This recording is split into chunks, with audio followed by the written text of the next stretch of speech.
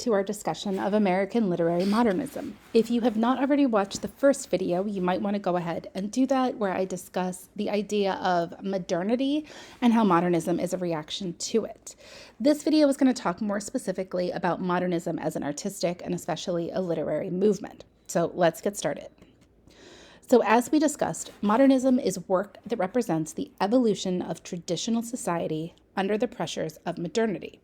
We discussed modernity as that period of time from the late 19th century to the middle of the 20th century, when the world changed at exponential speeds with developments in technology, with the effects of World War I, with the effects of the Industrial Revolution.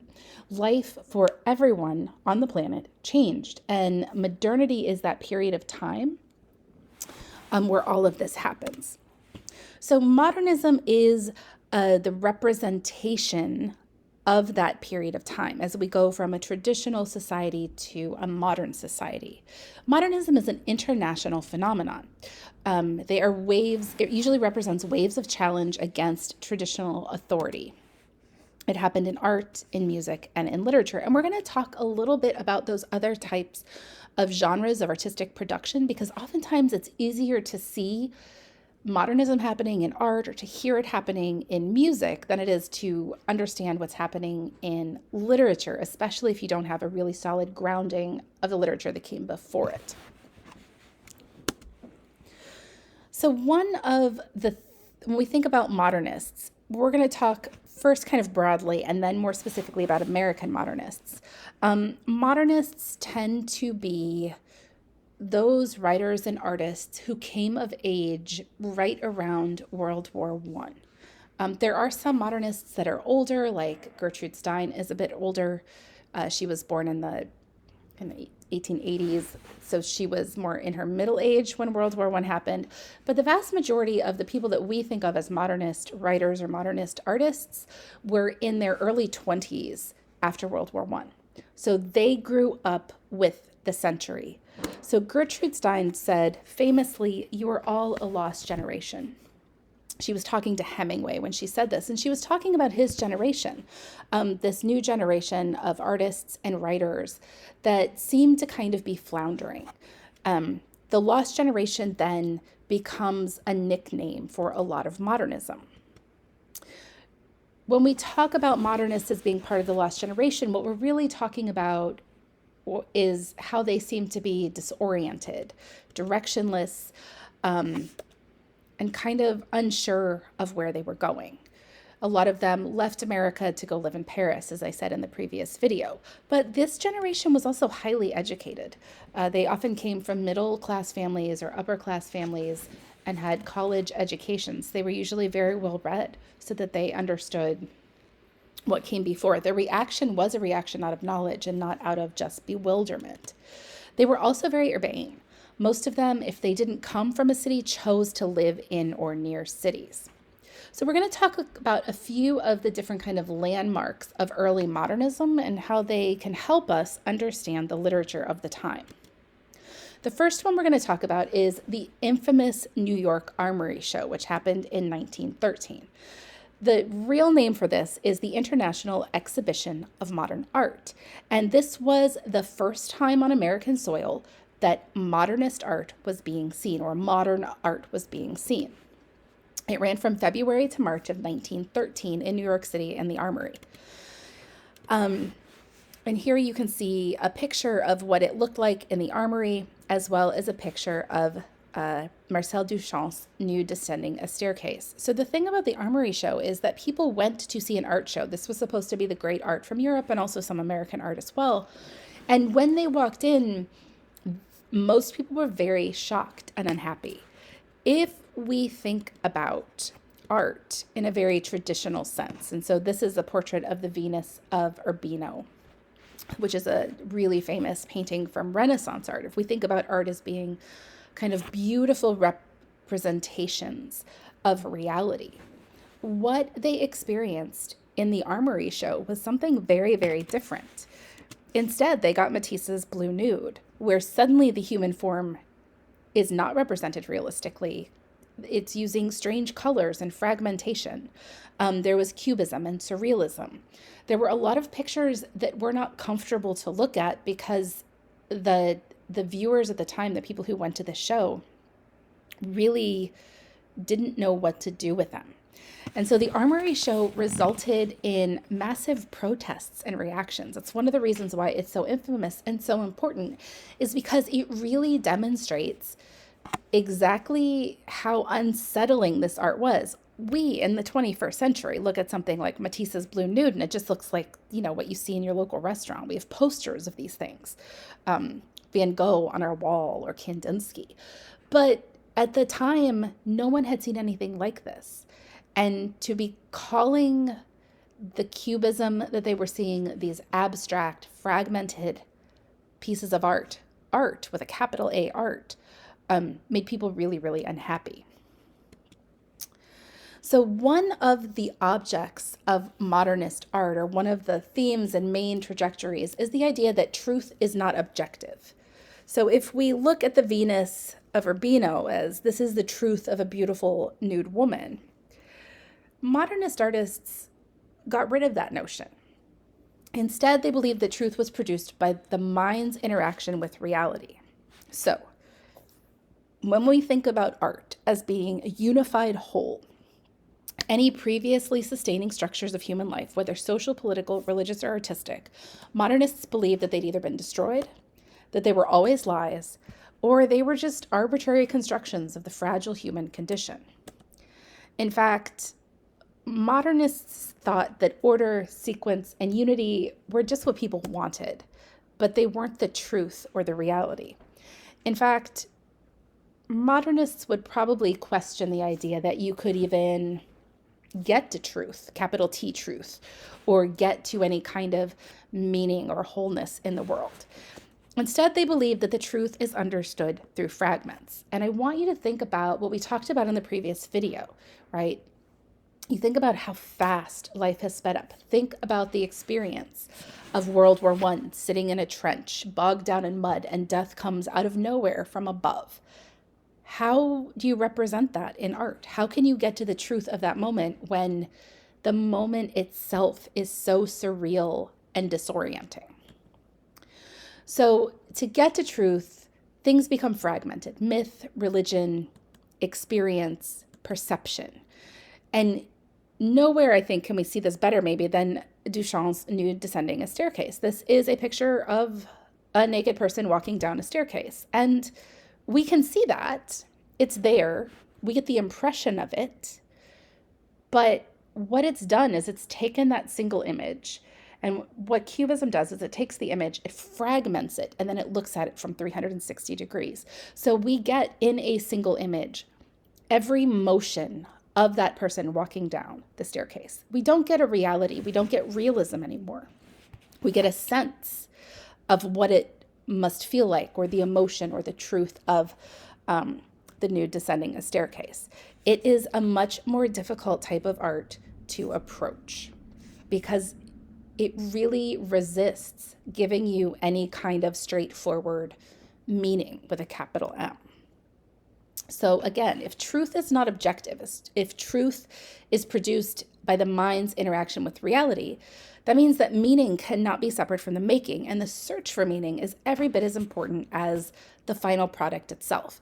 It really puts the viewer in the driver's seat. If we look at this picture, we get a sense that there's boats floating along, but meaning is only made by the viewer. It's not made by the painting itself, right? And a lot of modernist art does this. It really puts the emphasis on the viewer, the reader, the listener's experience, and it asks them to do the difficult work of helping to create meaning alongside the artist. So when we think about American literary modernism, it does split from international modernism or European modernism in a couple different ways. And specifically, American literary modernism, it has three main concerns: the role or use of literary tradition, the place of popular culture in literature, and how much literature should engage with the political or social struggles of the everyday person. Maybe nobody really embodies this more than T.S. Eliot, whose pictures here. He wrote a really famous essay called Tradition and the Individual Talent, where he believes that the poet is part of a history, an overall history. He said the poet must, quote, embody the whole of literature of Europe from Homer while simultaneously expressing their contemporary environment. And while a lot of modernism is about reacting against what came before, Eliot challenges that perception. He says that a poet's greatness and individuality lie in their departure from their predecessors, or he says that doesn't lie in their departure from their predecessors, and argues that, quote, the most individual parts of the poet's work may be those in which the dead poets, his ancestors, assert their immortality most vigorously. He sees the poet as a conduit more than an active agent. He talks about an impersonal theory of poetry.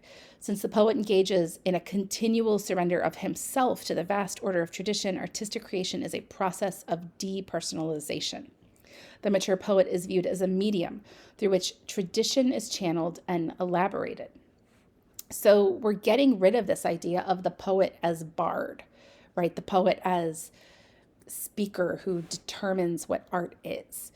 The poet is only valuable in what they can channel through themselves. And again, even though Eliot is kind of returning to this idea of tradition, he's returning to it in order to undercut it. Because if we're looking back to older traditions, if we are channeling older traditions like Shakespeare, like Byron, like Yeats, like Whitman, they were also channeling previous traditions.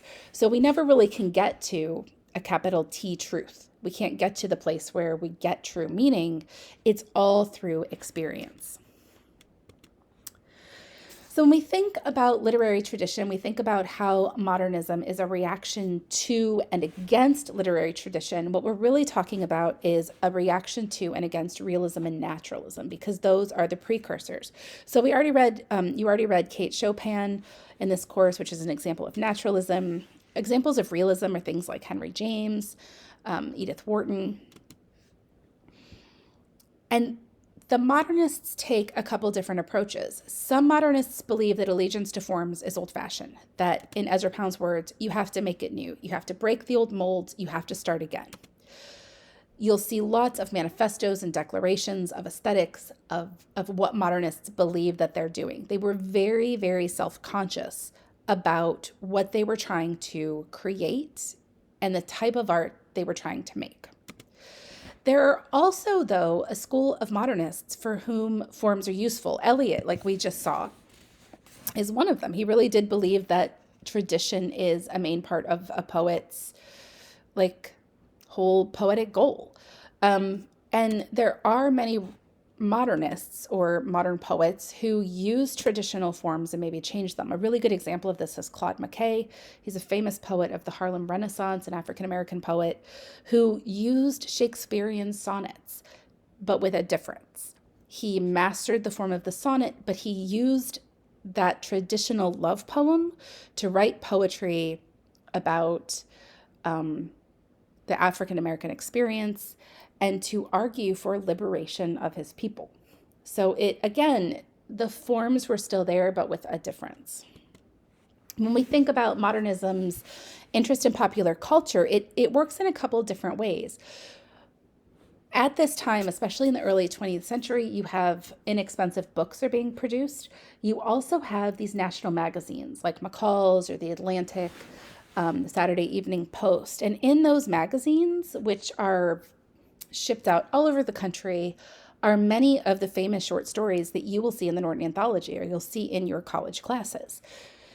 Because of these magazines, what we think of as high literature was actually popular culture. We also get popular culture in things like films, like the first talkie, which is Al Jolson's The Jazz Singer. And there's just various ways where culture is now filtering down to people who maybe didn't have access to it before. We can also think of culture as in local regional cultures. So authors such as William Faulkner, for instance, will look at the South and he will take the South seriously, right? He'll use the South and Southern accents and dialects, not to make fun of characters as we might have seen in Twain, not for comedy, but because we're actually taking those regional popular cultures as real parts of the literature. But there was a question about how much belonged in literature. And then finally, there were some writers, artists, and other producers of art that were interested in political engagement. There were leftist influences that were a reaction to the class struggles, a reaction to immigration, and a reaction to the Great Depression and stock market crash. During the time of modernism, you also get the Red Scare, where there's a very large reaction against communism or anything that appears to be communist. And so there was a question about whether art should engage with the political or if art should somehow be above it. So there are certain themes that you can look for in American modernist work. One of them is isolation. If you think about modernism as a point in time after World War I, you have a large portion of that generation who signed up to go fight in that war. They were ambulance drivers, they were paramedics, or they were actual soldiers.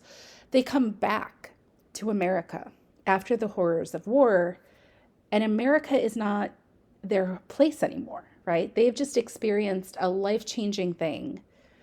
Europe is decimated. Writers like Hemingway or Fitzgerald, they come back and they don't fit. They feel isolated from the people around them. So isolation is one of the major themes. Disillusionment, right? If you went off to war with the idea that you were going to have this great, glorious moment, just like all of the stories that you read in the past or the poems of the past, that was quickly wiped away once you got into World War I. The same with people who came to cities with this idea that if I just go to New York, if I just go to Chicago, I can make it there. I can make a new life. Oftentimes the reality didn't match the promises. Confusion, loss and exile, and fragmentation are all different themes that we see in modernist art. This is a picture of Hemingway. You can see Hemingway and his wife Hadley, along with Ford Madox Ford, and some of the other modernist writers, American modernist writers who left the country in the 1920s because they really just didn't feel like America was a place where they could work. They could live very inexpensively in Paris and have a very good lifestyle and be able to work on their art without being dragged down by having to go to work in a factory. And a lot of their art, a lot of their writing deals with this kind of like being out of place, feeling fragmented from society or how society itself is fragmented. Modernist writing is not sunshine and lollipops. For the most part, it's dealing with some very deep and oftentimes dark themes because it's really scraping away that veneer of beauty that a lot of literature has purported to have. And in its place, it's giving you Duchamp's nudes descending a staircase, right? We don't have the beautiful nude reclining anymore. We have Matisse's lopsided, disjointed looking nude instead, but it doesn't make it any less true. It doesn't make any less meaning. So some qualities of modernist work that you can look out for. Most of them begin very arbitrarily. There's a lot of times modernist, especially fiction, will just kind of launch you in and it will take a minute before you figure out what the heck is going on. Oftentimes plot advances without explanation, and oftentimes stories end without a lot of resolution. Because you know what? In the real world, we don't get resolution. And that's part of this modernist project, is really interrogating this idea that things wrap up neatly, that there is this kind of truth. You'll often get vivid segments, juxtaposition without explanation or connection, abrupt shifts in perspective or tone, and suggestions rather than assertions. You can't really get to the truth. In poetry, you'll see breaks from traditional forms, or as I said before, sometimes poets will use those traditional forms. Sometimes they will revise them. Stein said you should eliminate punctuation. Imagists believe you should use language of common speech, the exact word. Pound said poetry should be hard, clear, and precise. So if you think of poems as these fluffy, romantic, lyrical things, modernist poetry is going to be sharp and hard and brittle and get to the image and the heart of the thing. Or at least that's what they say they're trying to do.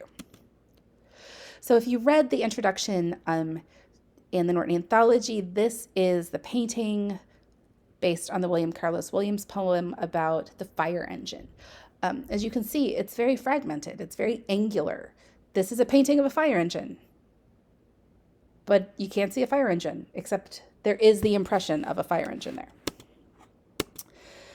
Some other qualities of modernist fiction involve directness, vividness, and compression. So a lot of times, rather than being very long, flowery descriptions, you're going to just get the moment itself. The novel gets shorter. So in realism, the idea in realism was you described everything. Henry James novels are like 400 to 500 pages long. They spend 5 pages describing a living room, every stick of furniture, every book on the shelf, because the realists believed if you just got enough detail, it would be like looking through a transparent window and then you could see the truth. Willa Cather, who is a modernist, said, "Throw all the furniture out the window, leave the scene bare for the play of emotions. All that decoration doesn't matter." Hemingway says you have to carve away the gingerbread trim. The point of view of these novels or these short stories is often an outsider. The heroes are not our traditional heroes. They're the underdog. And oftentimes you're going to see direct colloquial speech isn't used for comedy or comic relief anymore. It's taken seriously. And those people who use dialects and other colloquial common speech, popular speech, aren't seen as clowns. They're seen as really true subjects. So that gives you kind of a very broad, very kind of in-depth overview of some of the ways that American modernism works. As you read through our selections for class, you should be paying attention to whether you can find any of those aesthetic features or thematic features in the poems and the short stories we read. If you have any